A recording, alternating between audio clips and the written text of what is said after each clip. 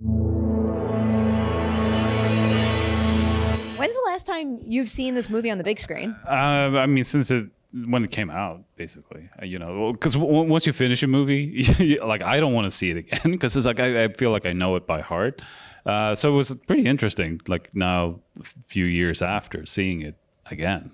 Is there anything you appreciate more now, so many years removed from the making of the movie? Well, I still appreciate the runtime. Like 80 minutes, more movies should be just a brief 80 minutes.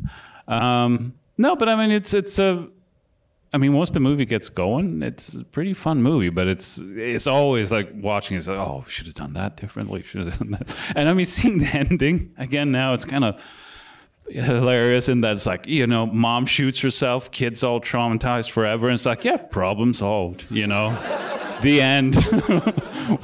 It's, all right. I feel like knowing some of the deleted scene ending makes me feel better because to a point they live happily ever after. Yeah. I mean, yeah. She came back again, but then people didn't like that because then mom killed herself for nothing, Wow. So it's like, makes sense. Yeah. We're going to get to that. I wanted to go to like broad horror movie talk to start because it's Halloween. We got to celebrate horror movies. I have two questions about that. First, what is the very first movie you remember scaring you, keeping you up at night? I'm not sure. I mean, the Nightmare on Elm Street movies I watched at a really young age. I think those made an impression. Yeah. Very appropriate movies to be watching at a very young age, in my personal opinion. So the next part of that is, what is the first horror movie you remember watching that maybe scared you, but also made you appreciate the movie magic of the horror genre and maybe made you want to give more audiences out there that feeling through your own films? I think the Nightmare on Elm Street movies were definitely part of that because they're so creative as well. Like they're so imaginative with the dreams and everything. So they were big for me. They're some of the absolute best in that respect. Yeah. So this movie went from short to feature film. The short went online and it blew up. It went crazy. Everybody loved it. Yeah. You get a whole lot of interest from Hollywood in terms of people wanting to work with you on making movies. And I imagine that was very exciting. But what is the key to pinpointing the right people to work with? Because in my personal opinion, you found the perfect people to work with. Yeah. The first thing was to get an IMDb Pro account to find out like who are these people, like what have they done, and like no, but it was just sort of a gut feeling of the people who were like really into it, like the producers, and because there's not much else to go on. Like, do they seem like great people to work with? Yeah, I feel like the Atomic Monster team. Makes me very, very happy. Yeah, no, I mean, and James Wan is great. I mean, that's one of the producers on the movie, Lawrence Gray. He was saying, like there's only like, at the time at least, there was only like two names that could help you as a producer, and it was James Wan or Guillermo del Toro. So, and we got James Wan. So that just means you have to work with Guillermo next. Yeah, that's next up. Everyone knows we manifest things during these Q&As. One other short question I had for you. When you made that, did you have any idea of what that version of the entity's backstory was, its reason for being? When we did the short? Yeah. No. That was just for fun. And even when we did the movie, it was it wasn't that figured out, I guess, or things changed a little bit throughout. So it is a little muddy in that she's not really a ghost. And she's like, she's a girl with a skin condition, but she also gets into people's heads. It's a pretty severe skin condition, I guess. So it's like, it's not like super clear, but it's like, it's creepy stuff, I'm usually like a stickler for rules and movie Bibles and all that stuff. Yeah. I find it to be very impressive that none of that bothers me with this. And I think it's because the heart of the movie and the characters and the relationships between them are so strong. Yeah. No, yeah. And it's a pretty fun movie. So it's like, you don't, it doesn't break just because of, that backstory. Going back to the beginning again. So I had heard that initially James didn't think that the short was, you know, a good thing to turn into a feature. He didn't know if it was possible, but then you wrote a treatment and that convinced him that you did it, like you could do it. Do you remember what it was in that treatment that convinced him that Lights Out the Short was worthy of a feature-length film? I'm not sure, but it was pretty close to what the movie is. Like it had all the characters and everything. Yeah, I think maybe his concern was a lot of just like, yeah, how do you stretch it out into a full feature? I mean, that's always a problem with a short where it's like, oh yeah, it's a cool little contained idea. So you have to really come up with a lot of stuff. Like I did even before the story was completely clear, I made just a list of like all these gags you could do. Like, yeah, if you could turn on car headlights, you know, to save yourself. And like, oh, if you shoot a gun, maybe the muzzle flash will make them disappear. And like just all these things. And then as we worked out the story, it's like, okay, that beat could go here and that could go there. So it's just coming up with as many ideas related to the concept as possible. Is there anything on that list that you were dying to use but didn't get the chance to? I don't remember everything. There was one thing with like a car that was sinking down or something. So the light was like moving. So you had to like, try to stay in the light as it was moving. But I don't even remember everything I wrote down. There's a lot of possibilities there. Yeah. So looking back, do you remember what it felt like being on the set of this film for the very first time? Because when you went into this, not only was it your first feature, but you had never been on a film set with like a big crew or anything like that. Yeah, I pretended like I had. That was the key. Sometimes that's all that matters. Yeah. No, but it was, I mean, just coming there the first day and seeing like the trailers and stuff and like, oh, catering. Like it's a real production, you know, like look at all these people. No, but it was pretty like terrifying and like a lot of pressure put on myself as well, because it's like, oh, this is my one shot, you know, like if this doesn't work out, no one's going to go like, oh, well, you want to make another movie, you know? So it was a ton of pressure, and I was like pretty miserable, but it was also, I mean, it was exciting, but it was tough. I mean, every movie is tough for me. I don't know. I keep making them for some reason. But it's not always a good time. Well, we're grateful for it that you keep powering through it. I have a couple follow-up questions to that because, you know, there's a lot of pressure here, and I imagine it's scary to be on your very first set with a Hollywood crew around you. Yeah. But it's also really important to be a leader and find that authoritative voice so you could see your vision through to fruition. So do you maybe remember the first time on set where, I don't know, you kind of recognized the power in your own voice and it gave you more confidence going forward through the shoot? Well, I did kind of lose my temper. It was like, you know, like I was working with all these people who had done all these big movies, like X-Men and things like that, you know, crew.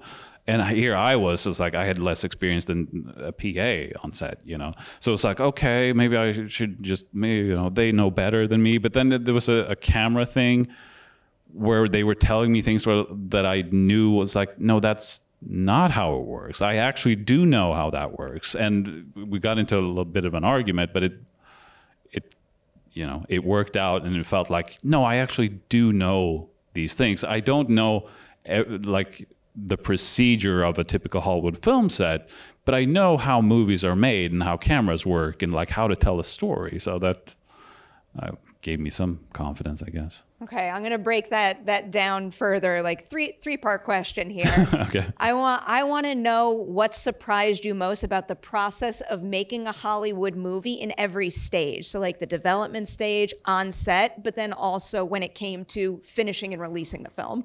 I mean, for production, like shooting it, there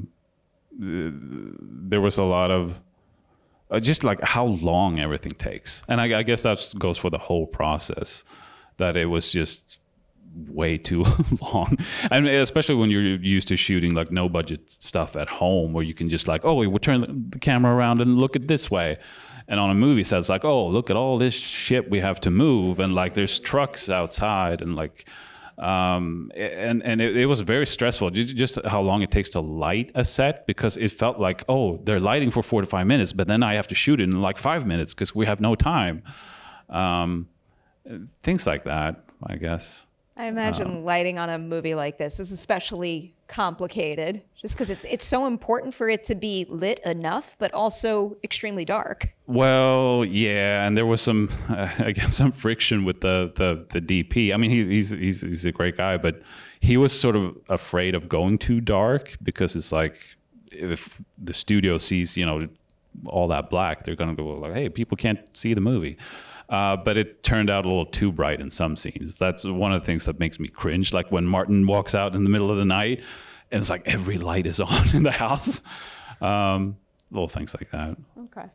Yeah. I mean, I never noticed any of that stuff. No, I mean, that's just me knowing all the things that are. And a weird thing with just like post-production and things like that as well was that if you just do like a split screen or a fade, you know, like in the short film, to make the creature appear and disappear in the light is pretty much like a split screen and just a fade. And I was told like, well, that's a VFX shot. That's going to cost money. And it's like, what? But that is so easy to do. So it's like, how can it be more limiting when you're doing a feature than when you're doing a short, when you can just do it yourself? Okay, here's a question about that. Having made so many shorts, and then a $5 million horror movie, and then also $200 million plus superhero movies. I'm curious your take on this. What is a filmmaking technique you used on Lights Out that you wish more bigger budgeted productions would use, where throwing money at something, having fancy tools isn't the answer? There's actually a really simple way, an effective way to create that on screen. I mean, there's a lot you can do with just cutting, because even...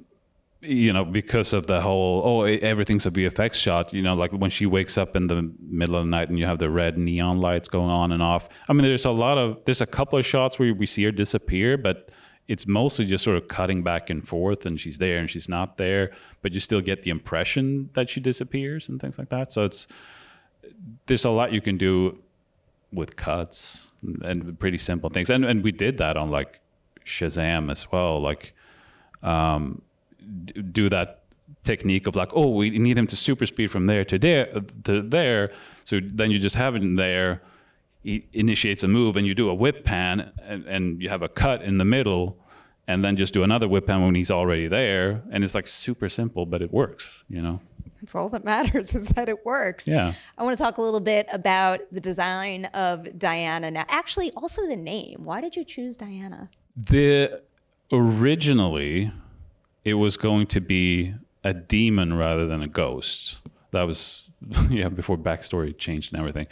And it was like the made-up name for the demon was something like Diana. There's something that sounded kind of like Diana. So the explanation was that, they thought her name was Diana, but it was actually this demonic name. What inspired the shift from demon to ghost? I think that was James Wan's idea of like, it should be someone Sophie knew in the past rather than just a demon that came into their lives. Adds a personal touch. Winds up beefing up her character and the whole situation in the process. Yeah. So now what about the design of Diana? Because we do see a similar look in the short, but then there are some noticeable upgrades here. Yeah. The big thing was that I wanted her to be naked. And that was a big deal. Everyone was like, she got to have some wear clothes. But then it's like, well, then you have to decide on what she was going to wear. And then like, did she wear it when she died, or like what happened? It felt more like, and to me, it's like, it's more terrifying being chased by someone who's naked than someone who's fully clothed, you know, like, because you know that person's crazy, you know? So it just felt more scary. But we actually did, just to sort of satisfy everyone asking for it, we did like a camera test with like a dress on. It's just like, no. I mean, I can't confirm that's true from experience, but it certainly feels like an accurate assessment of that. But it was the whole thing of like, well, you know, what do you do about nipples and things like that? But it's like, it's just burned skin, you know, like. Fair question. Yeah. Fair question. All right, let's talk a little bit about your cast now, because I mean, another thing with this being your first feature is that you had really only directed Lotta before, and then all of a sudden you have this big ensemble here. So, I don't know, can you maybe tell us something about your leads in this movie that taught you something about what it meant to be an actor's director that you still find yourself using today? Well, it was a weird movie in that it came together really fast, and so we started shooting it before the parents had even been cast. Like Maria Bello hadn't been cast when we started shooting the movie. So when we have that opening in Martin's room and you see like the family photos, those were all just green screen frames because we were like, we don't know who's going to play these actors. And then we had to like comp all that in afterwards. So I didn't get to like rehearse or do anything like that. Like Maria Bello, I met on set for the first time like 5 minutes before her shoot. But it was great just working with such professional actors because that made it work, because they just came on set and did it. And it was like, it was so cool just sitting there by the monitor watching. It was like, oh, it's like a real movie, you know, like they are. Yeah, I've seen these people on TV, you know. You really lucked out with this cast. You got a special group here. Yeah. Broad question about the entire production. Going into filming, is there a particular set piece that you thought was going to be the most difficult to pull off? And then in the end, was that really the toughest of the bunch, or did another one wind up catching you by surprise in that respect? Yeah, I mean, the sort of the basement was sort of tricky just with the UV light and how to do everything, especially sort of the reveal of Diana, like how can we do that down there? But it turned out not too far off from what I had in mind, actually. So, I mean, it's just working with great people who know what they're doing and can sort of realize your vision, I guess. I want to move into post-production, but before I do that, just one big burning question I've always had. Does Sophie really like elephants? You mean because she's watching that on TV? That was, you know, it's rights clearance and things. It was, I don't know why we had to have something on TV, and they just had some sort of elephant show, and it's like, okay. And then even the movie they watch, it was like, well, you have to pick a Warner Brothers movie from before 1960, because after 1960, I don't know, some sort of different copyright thing or whatever. So it's like, so that's why they're watching Auntie Mame, and it's like, you know, Martin's favorite movie. Yeah. Again, still works. So I had heard somewhere that you weren't a big fan of the first assembly of this movie. At that point, what was bothering you about the assembly? And then do you remember the first edit that you made that finally made you think, like, we've got something special here? Yeah, it's always a shock, sort of, when you watch the first cut of any movie, but I didn't know that then. Well, I had been told by the producers, like, yeah, you know, when Ben Affleck first saw the first cut of Argo, he was like, oh, my career's over, and then he won an Oscar. So it's like, oh, okay, yeah, I'll keep that in mind. And then you watch it, it's like, this is fucking awful. But because the thing was, like, when you were on set and you're like watching through the monitor and listening to the things, like, things can look kind of cheap, but you're like, yeah, but then in post, it's some kind of movie filter they put on there and everything will be great. And then you watch the movie, it's like, oh no, there is no such filter. So it's just a matter of cutting out as much as you can, like, cutting out everything you hate until there's just like, oh, you can't cut anymore. That's sort of the strategy for every movie. No, but I mean, you get a little bit more used to it. Like, you know that once you get better sound in there, once you get the proper score in there, and there is color correction, everything that comes after. But when you do test screenings, you don't have any of that. So that's pretty terrifying. Yeah, I have questions about test screenings. That process seems like horrific to me, or high pressure, I should say. Can you tell us about the test screening process and maybe give us an example of a note you got applied and it made the movie better, but then also maybe a note where you knew you had to trust your gut and that's what would serve the movie best? Yeah, I mean, the interesting thing was that when we did our first test screening, I mean, you keep it pretty small, and it's like you just play the movie straight from the Avid, you know, without anything fancy. And the first test screening we did, it felt great watching the movie because everyone's like, the audience was so into it and they were making noise. And it's like, oh, this is great. And then the scores came back and they were like, meh. So it's like, what happened? Like, you could tell that people liked it. And then we read all the cards and people hated the ending because it was that longer ending when she came back again. And they had to defeat her again. So what we did was we just ended the movie right where we ended here, just fade to black rather than do the other ending, and did another test screening, and the scores went through the roof. Like, it was tested great. So, I mean, that certainly taught me that endings are very important. Like, you can have all this goodwill just ruined by a bad ending. And I think, like sort of trusting myself with notes. I think in this movie, I didn't really do that. I was like, anything the audience said, it was like, okay. Because one of the things they did want was more backstory. It's like, okay, we'll do more backstory and put it in there. But then reading reviews and things when the movie came out, people are like, it's too much backstory. It's not scary. Like, we know too much. Like, God damn it, they tricked me. Damn test audiences. Not to turn this into a review again, but yeah. I'll agree to disagree on that point. Speaking of the end of this movie, I remember way back when there was talks of a Lights Out sequel. I'm going to assume that it's not going to happen anymore. So at this point, are you able to reveal anything about what you might have had planned for the series next?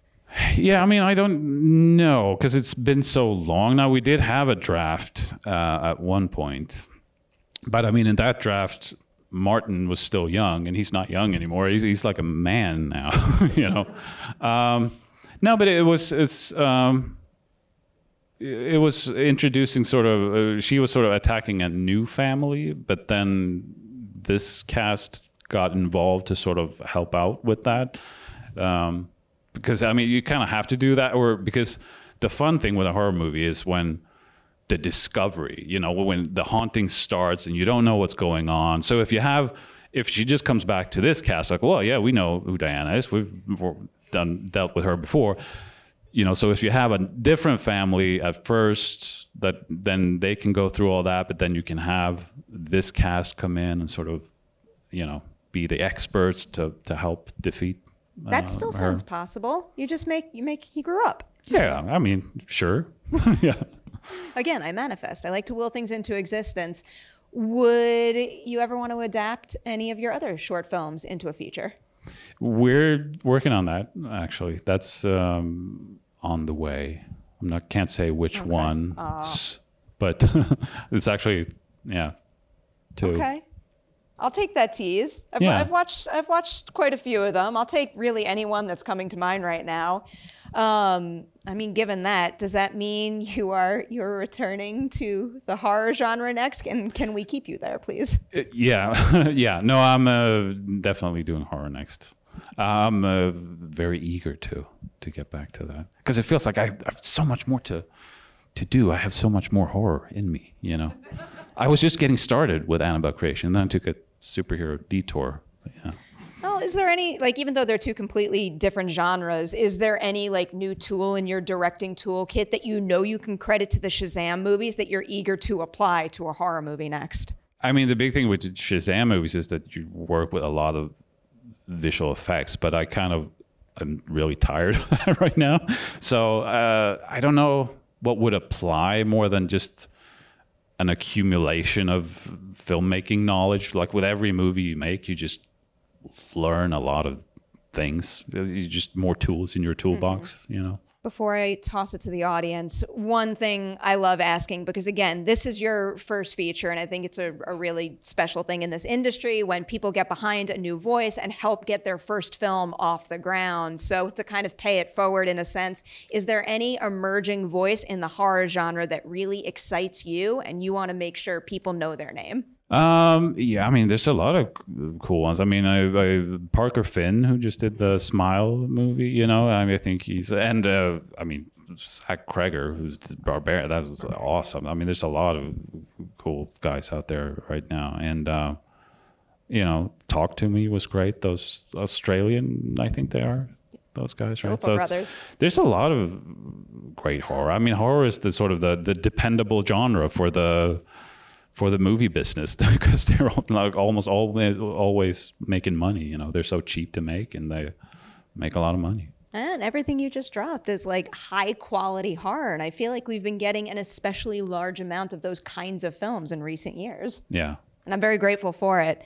All right, I'm going to toss it to the audience now. We're going to get to as many questions as possible. You're the first hand I see. You can go first. And David, thanks for being here.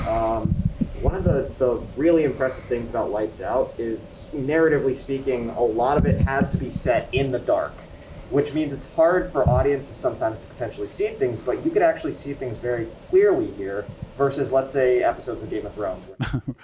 Right. How did you accomplish that, like from a cinematography level and just from a directorial level? Like, how do you set those scenes in the dark but allow people to see what's going on? This was about the filming things in the dark and like how do you like not doing the Game of Thrones things where you can't see anything, but and so keeping it dark but seeing things. I mean, it's all about contrast. To you know, I think that's the problem with a lot of shows and movies, that there's no contrast in it, and that makes it so you can make things seem much darker than they are if you have those bits of light in there. I mean, and it was, for this movie, it was tricky. So, you know, we had to do a lot of work in the DI, often to bring things down because they were too bright. But I do like to have big areas of like darkness in the frame. I think that's ideal, where you can't see what's hiding in there, but you have enough lights on the things you do want to see. First, I just want to say I'm a big fan of your work and the content that you release on your YouTube platform. I think it's very inspiring to aspiring filmmakers, so I want to thank you for that. Thank you. Just one thing that I always walk away from your films with is just how well you develop your characters. One of the reasons why Shazam is one of my favorite DC films is just how swept up I get in Billy's story and the Shazam family story and their lovable dynamics together. So my question for you is just where in your creative process do characters come in exactly?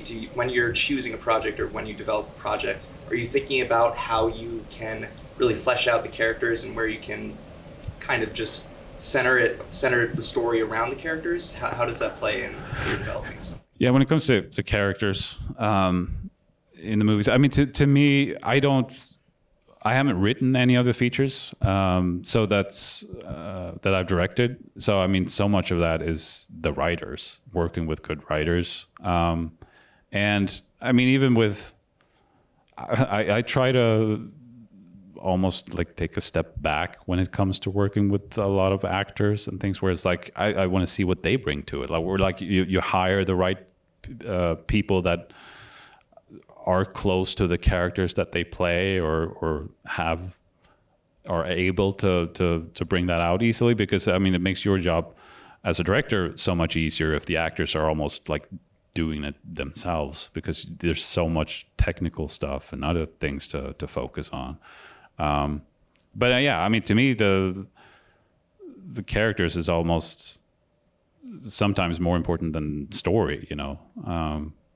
But I credit the writers and the actors for that a lot. To expand on what you were saying with the writer, I was curious to know more about your process in terms of working with a treatment instead of like a finished script. I mean, a lot of media presents it that directors have to be full auteurs that present the studio with a finished script in a bow, and I just wondered what it was like utilizing a treatment as your storytelling outlet as opposed to. Yeah, I mean, it's always a back and forth, even, you know, whether it starts with a treatment or whatever with the studio as well. Because I mean, you do want to make sure that you're all aiming to make the same movie, or you're going to have a bad time. But yeah, no, it's always been back and forth process of like, hey, how about this? And, you know, they come with ideas and I come with ideas, and you sort of find the story, I guess. What advice would you give to filmmakers? Because I know with like YouTube channels making a whole lot of money now at this time and age, do you kind of suggest them going towards Hollywood or kind of sticking to their own independent YouTube channel? Well, I mean, most of my advice is just about making stuff, because that's the most important thing, and then you'll see where it ends up, because I think a lot of people are too focused on like, oh, do I have the right camera? Or like, I don't have the right camera, so I can't create something. It's like, no, you have to like create things as much as you can, because you will learn with everything, and you'll you just increase your chances of finding an audience. But what you were asking about whether doing things for YouTube or for like Hollywood, I don't know. I mean, I'm an old school sort of movie guy, but I mean, a lot of interesting things do happen on YouTube. I mean, YouTube is the streaming service that I use the most. I happily pay for premium because I use it more than Netflix and all of those others. But yeah, I'm an old school guy who likes film, so I think it would be sad if it turns too much to just like YouTube and things like that. But it's a great platform to just create all kinds of things that don't have to fit into any what do you call it, like any particular box, like a movie box, or it can be anything. I'll just further emphasize your YouTube channel is exceptional if you want to watch some of his shorts, but also get a pretty significant amount of behind the scenes information and really useful filmmaking 101 tips. Pony Smasher on YouTube, because it is something you should be a professor one day. I'm dead serious. I'm a YouTube professor. Yeah. The way that you explain things, I find it very easy to process. And I think there's a lot of young filmmakers out there that would benefit from it. All right, I'm going to go up to the top right in the middle. You were one of the first hands I saw.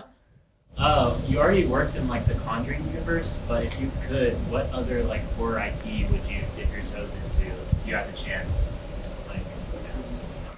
I mean, sometimes I'm like, would a Nightmare on Elm Street movie work? But it's like, what do you don't want to reboot it, and it's like, I don't know. But I mean, that's something I've thought of, like, could you do something there? Maybe. I don't know. We need to redeem that franchise. Yeah. I feel like we can't end it with the last one. Yeah. No, but otherwise it's like, no, most franchises I just want to enjoy, and just not have them ruined. Do you have a favorite, iconic slasher franchise, or any horror franchise for that matter? I mean, the Alien movies are up there, but they're horror. Yeah, I've never been huge on slashers, to be honest. My heart. No, I mean, there are some good ones out there, but sometimes they feel more samey than some of the other genres, in my opinion. But I mean, if it's done good, it's great. But yeah. The answer was on my shoes the entire time. I don't know if you could see it. What is that? Custom Scream sneakers. Everyone go buy them from Andrew Lassane. Yeah, I mean, Scream is fantastic. It's fantastic. But it's, yeah. That was the right response to that. Yeah. All right, we had more up top there, right there first. You got it. I wanted to second all the stuff. Your YouTube channel is fantastic.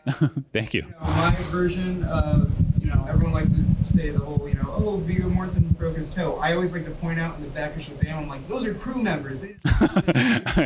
Yeah. But I wanted to ask kind of a silly question. In the opening scene of this movie, Lights Out, maybe I'm crazy. You can tell me if I'm crazy. But I swear, is that a bobblehead of the original creature design from the original short? If so, do you still have it? And if not, where is it? No, it is. It was done by our production designer, Jennifer Spence, and it's in our bookshelf at home. Yeah. No, I love that little thing. First off, I want to say extremely excited for the Pony Smasher cinematic universe. Very exciting. And I was curious, from all of the talent you worked with on Shazam, Shazam 2, or Shazam adjacent, is there any actor or actress that you would love to just kind of see in a horror movie and it just makes you giggle? Helen Mirren. Well, yeah. I mean, she's done horror. She did that Winchester movie. Yeah, no, but I mean, I really can't see Zachary Levi in a horror movie. I'm sure he could do it, but I'm having a hard time seeing it. Yeah, no, but I mean, most actors I just want to keep working with, you know, and I try, you know, like with Grace, who's in the Shazam movie. She was in Annabelle Creation first, you know, she's great. So yeah, no, I want to work more with everyone. I'll just use that as an excuse to say Annabelle Creation is excellent. Everyone go watch Annabelle Creation if you haven't. All right, you and then you. So everyone has already been saying, you know, big inspiration. I'm an aspiring director, and so is my friend. And I noticed that nobody really talks about this issue that I've had, and it's with the technicality of filmmaking. Like when you get a new camera, you look at the settings, and you just, I don't want to learn that. Was there any way that it made it easier to learn that? You know, when I hear numbers and letters together, I'm like, what does that even mean? Was there anything to help you with that?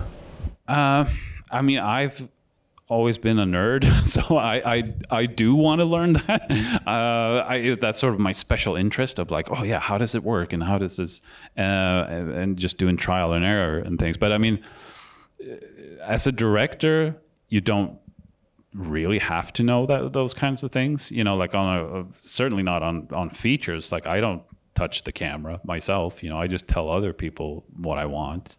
But yeah, when it comes to like, learning cameras and things, to me, I do enjoy that. But so I'm not sure what advice to give there. Well, I'll just piggyback off of everyone and say, huge fan. My mom's super jealous that I'm here. Well, thank you. Lots of all with your shorts and behind the scenes and everything I need too. But I just kind of wanted to ask about, because it's been interesting that, especially now after all those feature films you've made, you were kind of funneled into each film with Lights Out, of course, being a feature, but then because of your relationships there, then getting to do Annabelle, and then Shazam and Shazam 2, and now you can do a lot more and have a lot more options. And I read a little bit about kind of what some of your future projects and stuff, and you have a lot of things going on, and I'm wondering how many projects do you work on, especially now after, you know, having all these opportunities at a time, and is one of them flipping you off for 4 hours? Yeah. So how many projects I work on at a time? That is one of the things I don't like about Hollywood, that you're because I like to focus on like one thing. Like you make this movie and then you go on to something new and you just focus on that. But here you kind of have to have all these projects going at once, because this project might not happen for whatever reason, or this might get delayed. So you have to have a bunch of balls in the air, and then like the one that goes first, that's what you go with. But it's really hard for me to keep my focus on several things at once. So I really don't like that. Right now, it seems that I have my next movie, and it seems like this one is happening. I'm very excited about that. But even so, there's still all these projects happening at the same time, and you have to like. It's just that sort of switching your brains, because like you're all in on this movie, and then it's like, oh, we have to have a meeting or talk about script about this movie, and then you have to like try to forget that. And my brain doesn't really work like that. So but hey, I'm working on a lot of projects at the same time. That's pretty fortunate. So Pony Smasher Cinematic Universe. Yeah. Whoever said that, I like it. Let's keep saying it, because it's going to happen. Congratulations on Lights Out and everything you've accomplished. And thank you so, so much for being here for this screening series. It meant the world to me to include this movie and you in it. Thank you so much. Thank you for having me. Thank you guys so much for being here tonight. Have a good night, everyone.